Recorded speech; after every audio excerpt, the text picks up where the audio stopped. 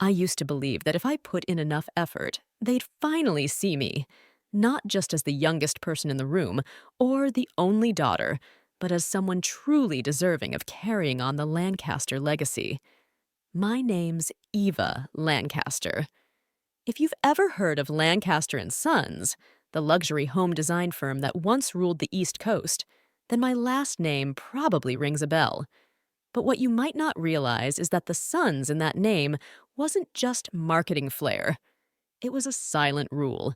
This empire belonged to the men who, growing up, I spent most of my time trailing behind my dad and two older brothers on construction sites and through model homes, more like a shadow than an equal. While they got to handle the blueprints and make the big calls, I was stuck with clipboards and fetching coffee. When I offered ideas, they were met with polite nods and those condescending smiles that said, "Nice try, kid."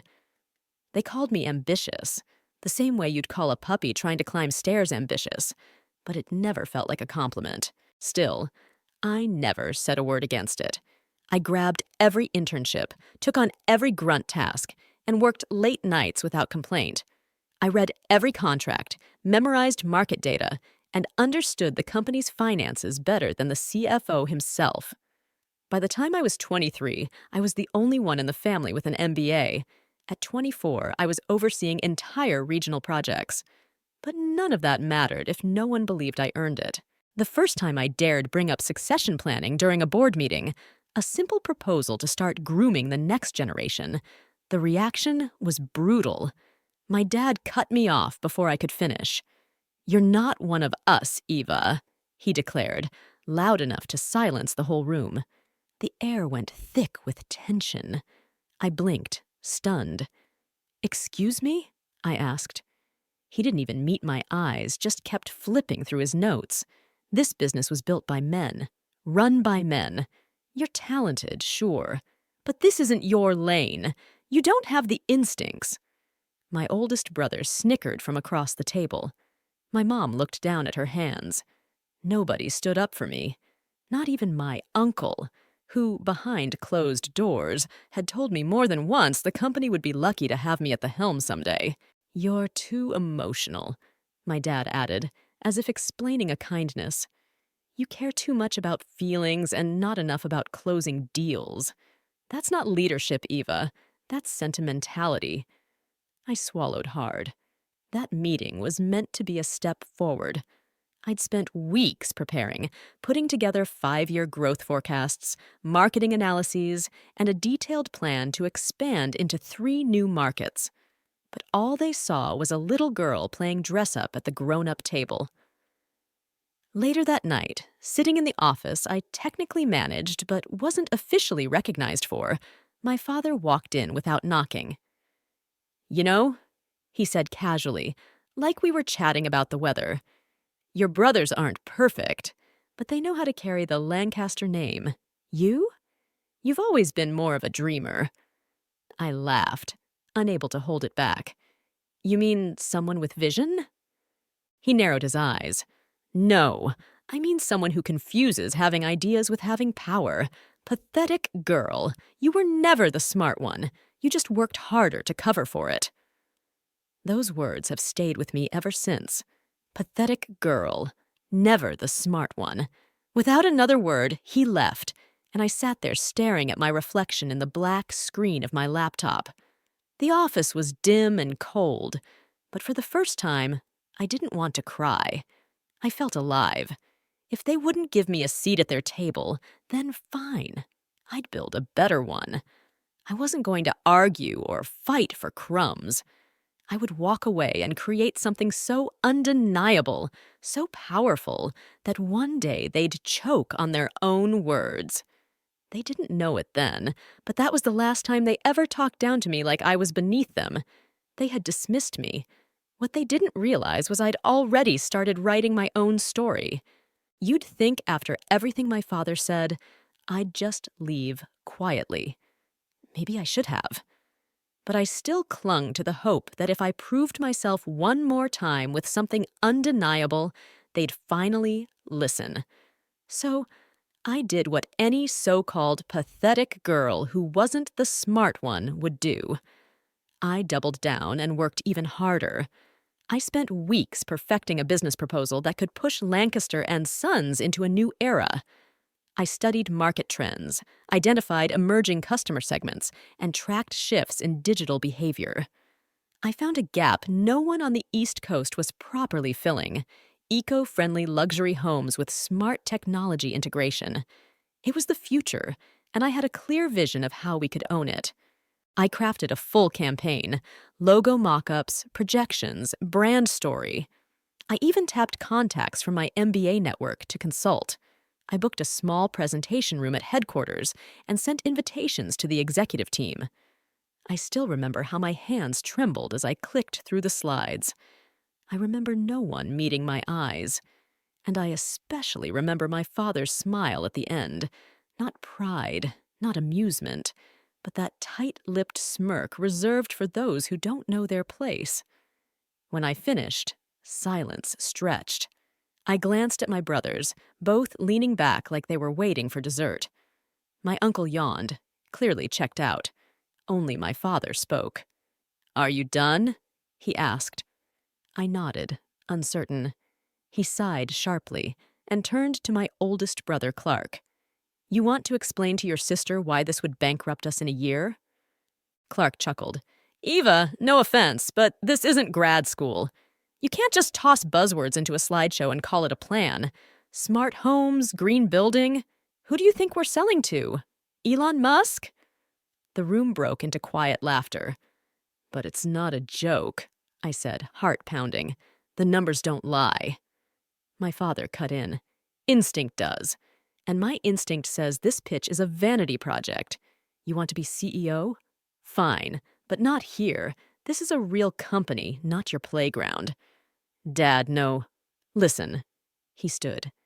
"If you want to build something, do it somewhere else. Hell, start your own firm. See how far that gets you. But don't come in here acting like you belong, because you don't. You never did." That phrase again. Not one of us.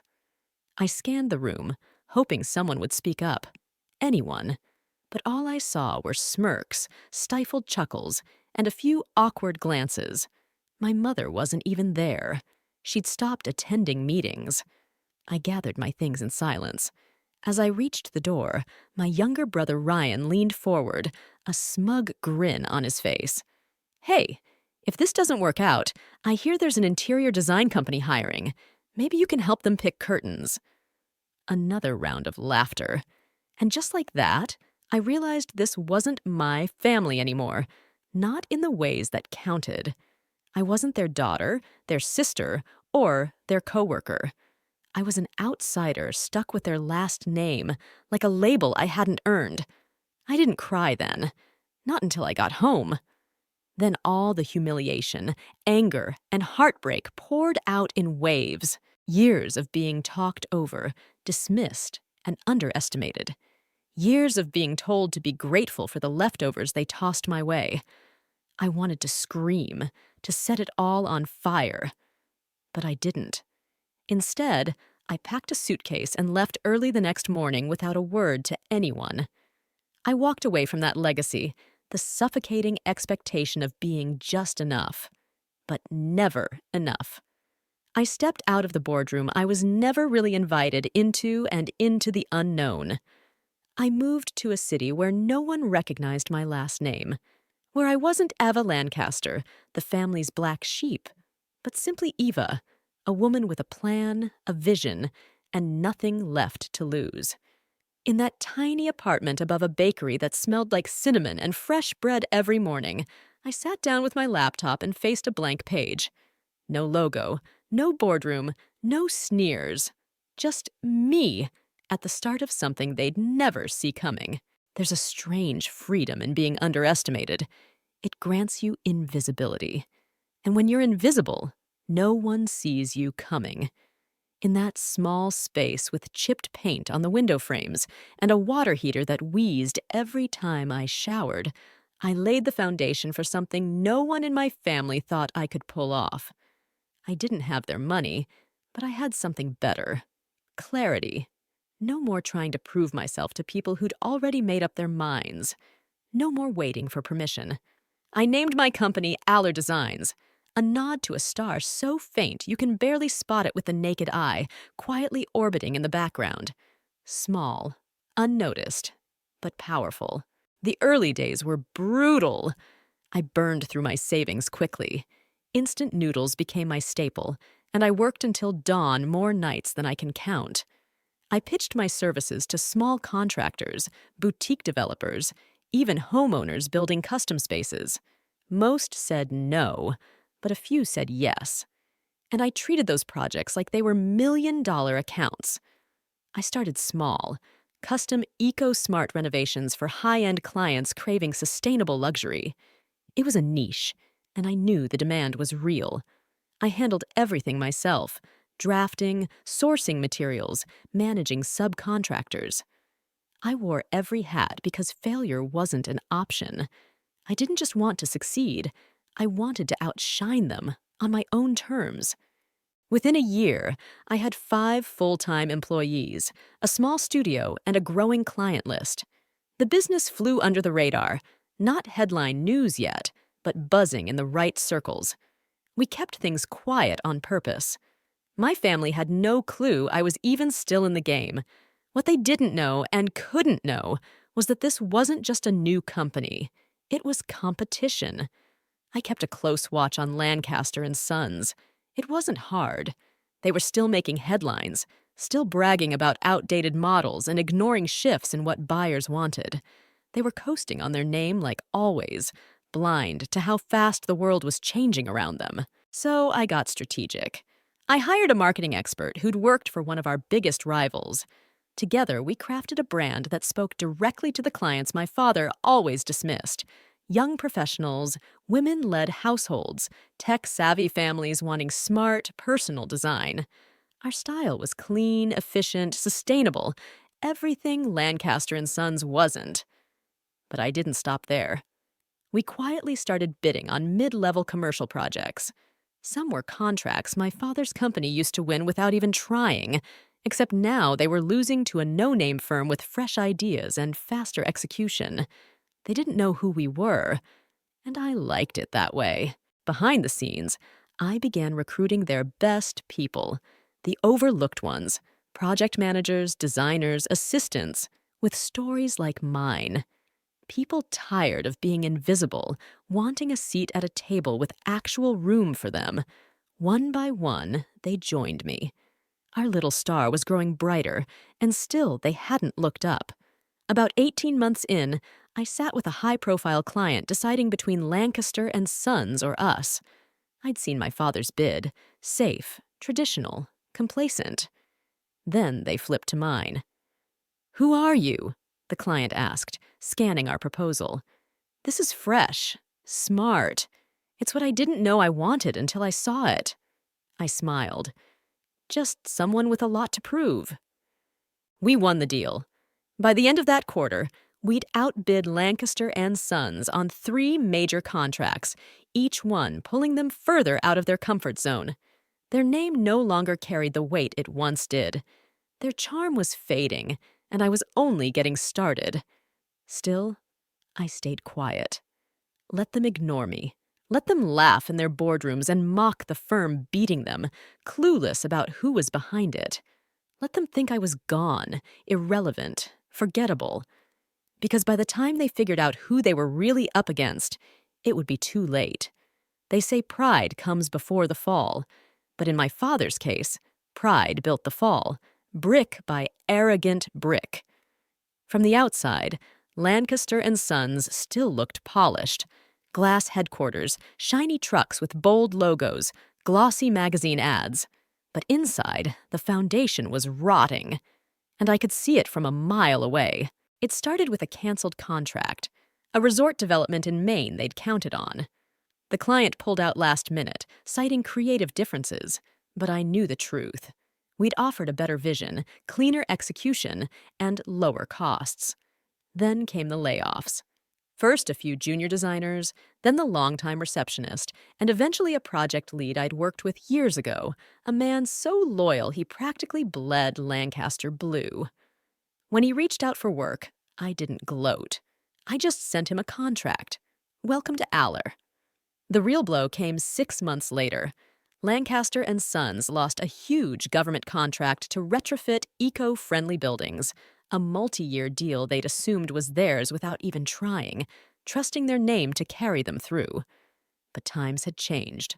Buyers wanted innovation, sustainability, and flexibility, and we offered all three. I watched their press release fumble through excuses, blaming market volatility and competition. They didn't mention us, of course. They didn't know it was me, but they were starting to feel us breathing down their necks. I saw the desperation creep in. Their once polished social media began trying too hard, copying our branding, stealing our hashtags, launching a rushed eco initiative that felt tone deaf. I almost laughed. They were trying to beat a ghost. And the ghost was winning. Rumors started swirling in the industry, whispers of mismanagement, family drama, cash flow problems. I didn't spread them. I didn't need to. I just let the rumors simmer. Truth has a way of slipping out when people start to panic. And my family was definitely panicking. One afternoon, I found myself at a trade expo, not as a speaker or exhibitor, just someone curious to see how Lancaster and Sons would present themselves now that they weren't the biggest name in the room anymore. Their booth was tucked away near the back, smaller than usual, staffed with fewer people. Dad wasn't there, but Clark and Ryan were, plastering on uneasy smiles. I stayed far enough back to avoid being noticed, but close enough to watch. A man approached them, a developer I'd met weeks earlier during a pitch. When Clark handed him a brochure, the man shook his head casually. "Sorry, I'm already in talks with Aller," he said. "They're doing incredible work." Clark forced a tight smile. "Aller," the man repeated. "You should check them out. They've got something special going on." Then he walked away. Clark's face fell like a mask dropping to the floor. He turned to Ryan. "Who the hell is Aller?" I smiled quietly to myself. The reckoning had begun. But the real turning point came on a rainy Thursday morning. I was in my office reviewing expansion plans when my assistant knocked and said, wide-eyed, "There's something you need to see." She handed me a tablet displaying an article with a headline that hit like a punch. Lancaster and Sons faces major lawsuit over delayed projects and contract breaches. This wasn't just a hit piece. It was an exposé. The article detailed missed deadlines, budget blowouts, poor planning, and internal conflicts, backed by anonymous sources from inside the company. Former employees, some of whom I'd quietly welcomed to Aller. Dad's empire was bleeding, and the world was starting to catch a whiff. I didn't celebrate, didn't gloat. I closed the article, leaned back, and took a long breath. This was never about revenge. It was about truth, about proving to them and the world that I was never that pathetic girl. I wasn't emotional. I wasn't naive. I wasn't some dreamer playing dress-up in their world. I was a builder. And while they mocked me, I was building a future without them. What none of them expected was that this future was about to become very public, and the world was about to learn my name. So would they. There are moments that split your life in two, before and after. For me, it happened on a quiet Monday morning over black coffee and a buzzing phone I almost ignored. I was reviewing mock-ups for our latest project, a luxury green development outside Seattle, when my assistant burst in, pale and stunned. "Ava," she said breathlessly, holding up her phone. "You're trending." I blinked. "What?" She turned the screen toward me. There it was, Eva Lancaster, youngest female CEO in the country, founder of Aller Designs, revealed. My heart skipped. It wasn't just a business article. It was everywhere. CNN, Forbes, Business Insider, even morning news shows had picked it up. One headline stood out. The Ghost founder, Aller CEO revealed as heiress Lancaster, the woman who quietly outmaneuvered Lancaster and Sons. I didn't need to read the article. I already knew the story they told. A girl exiled from her family business, mocked for ambition, only to return with an empire of her own. There were quotes from old colleagues, clips from my keynote at a private tech conference, photos of me in front of Aller's sleek, glassy, minimalist HQ. Everything Lancaster and Sons was not. Then came the kicker, a side-by-side comparison of their latest losses and our recent wins. No subtlety there. The media had drawn battle lines. My phone rang off the hook. Emails poured in. Journalists, investors, congratulations from people I hadn't heard from in years. But the message that hit me hardest wasn't from any of them. It was from my mother. One sentence. Your father saw the news. He hasn't spoken in an hour. I stared at the screen, not out of guilt or satisfaction, just silence. For years, he insisted I wasn't one of them. For years, I thought proving him wrong would fix something inside me. But in that moment, watching the world celebrate what he tried so hard to suppress, I realized something crucial. I didn't need his approval anymore. That same afternoon, my publicist confirmed the details. A televised interview had been requested. National coverage. Prime time. Do you want to do it? She asked. I hesitated. I hadn't built Aller for the spotlight. I'd built it for freedom. But maybe, just maybe, it was time to take the mic. I nodded. Let's do it. The interview aired 3 days later. I wore a deep navy suit, elegant, understated. No flashy logos, no revenge speeches. Just me, present. The host opened with my story, my mysterious rise, how Aller had become a quiet giant reshaping eco-luxury real estate in under 4 years. Then came the question everyone waited for. Is it true you're the daughter of Charles Lancaster? I smiled gently. Yes. Why hide it? I didn't hide it, I said. I just stopped apologizing for not being welcome. She blinked. And now you've built a company that outperforms theirs. It's not about outperforming, I replied, though we both knew it was. It's about building something that reflects who I am and giving others a place to do the same. The interview ended with a standing ovation from the live audience. That night, Aller's website crashed under traffic. We received over 300 partnership inquiries. Our stock jumped 12% in 24 hours, and investors started whispering about global expansion. But while the world celebrated my name, I knew there was one place still silent. The Lancaster family group chat, still active, but eerily quiet. No snide comments, no dismissive emojis, just silence. Until one message finally appeared, from my brother Clark. You used us. I didn't reply. Not yet. What could I say? They had used my silence to pretend I didn't exist. Now the world knew better.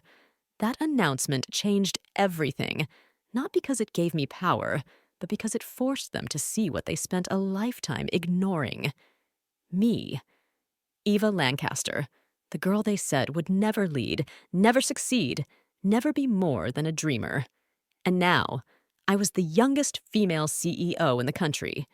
But there was still one final step left, one last chapter, and it would begin at the family reunion. The invitation arrived like nothing had changed. A crisp ivory envelope embossed with lettering, Lancaster Family Annual Reunion, Saturday at 4 p.m., hosted at the estate. No personal note, no apology, just tradition. I stared at it for a long moment, letting the irony sink in. 4 years ago, they laughed me out of boardrooms, told me I didn't belong, called me pathetic. Now, they were inviting me back into the house I grew up in, the house that always made it clear I was a guest, not a legacy. I hadn't set foot on that estate since the very day I walked away. But this year, I accepted the invitation, not for their sake, but for mine. That Saturday, I arrived at the gates in a glossy black Rolls-Royce, specifically, the Ghost model. The name alone made me grin. Quite fitting, really, for the girl they once tried to erase from their story. The security guard spotted me instantly, eyes widening as he raised the barrier.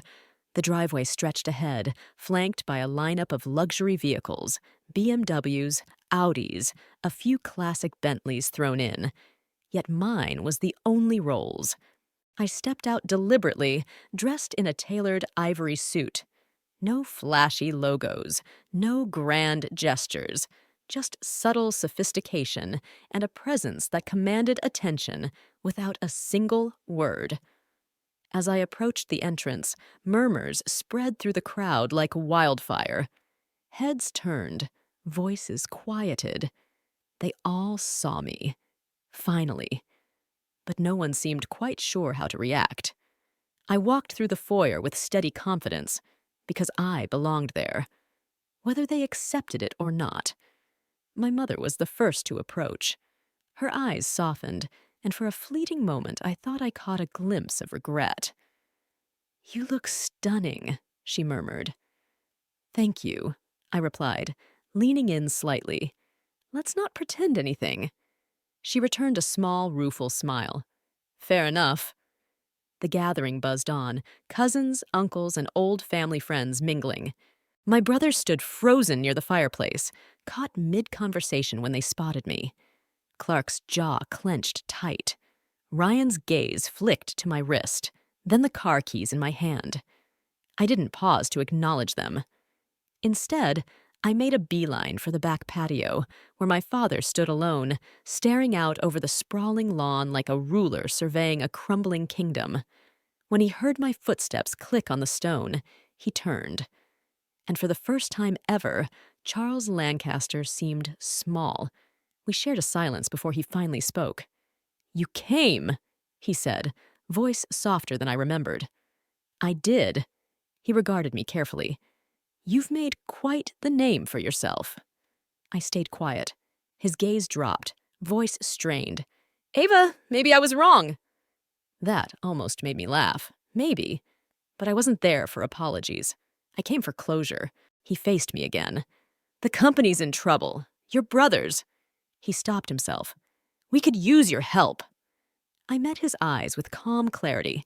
No anger, just resolve. "You said I wasn't the smart one," I said softly. "Just a pathetic girl full of ideas, but no power." He said nothing. "Now." I gestured broadly toward the house, the guests, the failing empire. "You want me to fix it."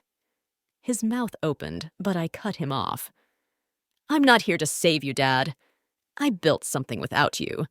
While you mocked me, I created.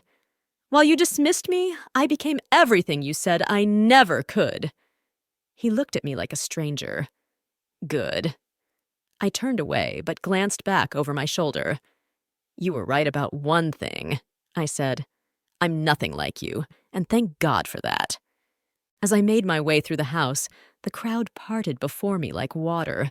Whispers floated in the air, eyes darted, forced smiles flickered.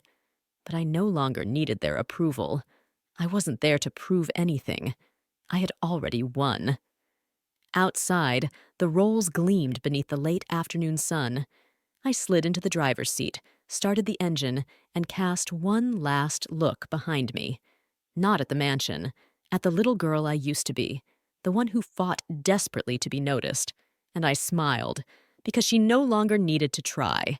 She was leading now. From that day forward, no one would ever forget her name.